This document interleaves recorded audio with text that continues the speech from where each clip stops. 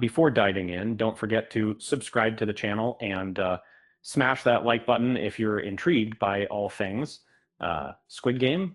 It helps us keep bringing you the twists, turns, and betrayals straight from the heart of the game.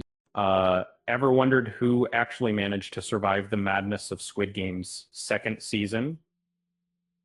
The final episode was pure chaos with just about everyone scrambling for a way out, or at least a way to stay alive one more day.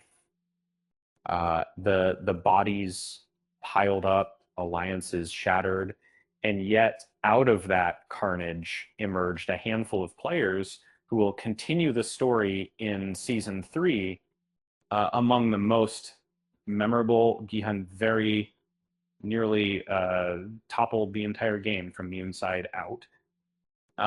He almost reached the elusive control room, but his own friend Yunil turned traitor and stopped him, all thanks to the manipulations of the front man. In a twist of poetic cruelty, the front man made Gi-hun watch as his comrade Jung-bae was executed, leaving fans gasping for breath. By the time season 3 is teased, Gi-hun's fate is as shaky as the floor tiles in the Glass Bridge Challenge. He's shown being carried back to the dorms, Deathcoffin style, a warning to any hopeful rebels. Let's just say hopes aren't high for his long-term survival. On the other hand, might just prove to be the squad's secret weapon.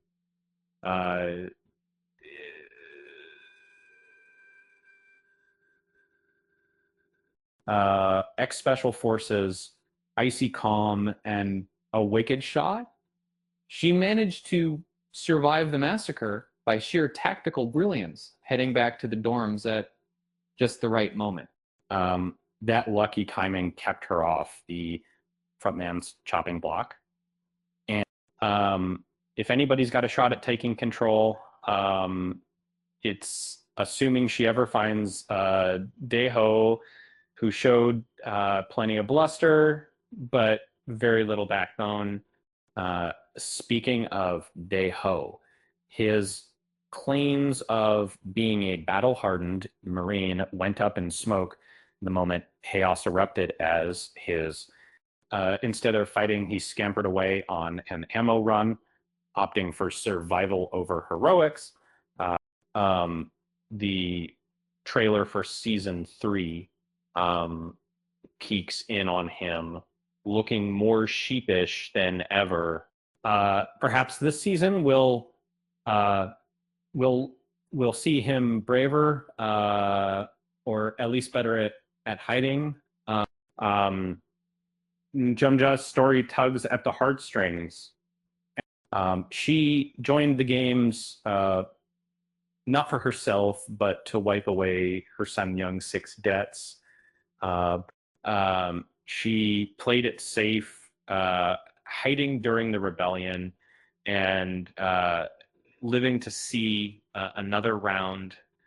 Now, a teaser hints she could be facing off against her only son as they pull balls of different colors. Nothing says maternal bonding quite like a deadly game marbles.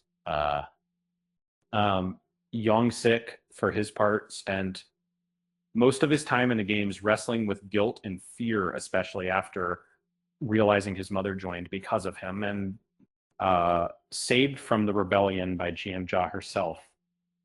He's still on his feet as season 3 looms, but with his mom on the other side, it seems drama and possibly sacrifice is coming their way, which a story is that it maybe comment on this screen in my house, and it could get it too in my house. Junhee might have most precarious future of all.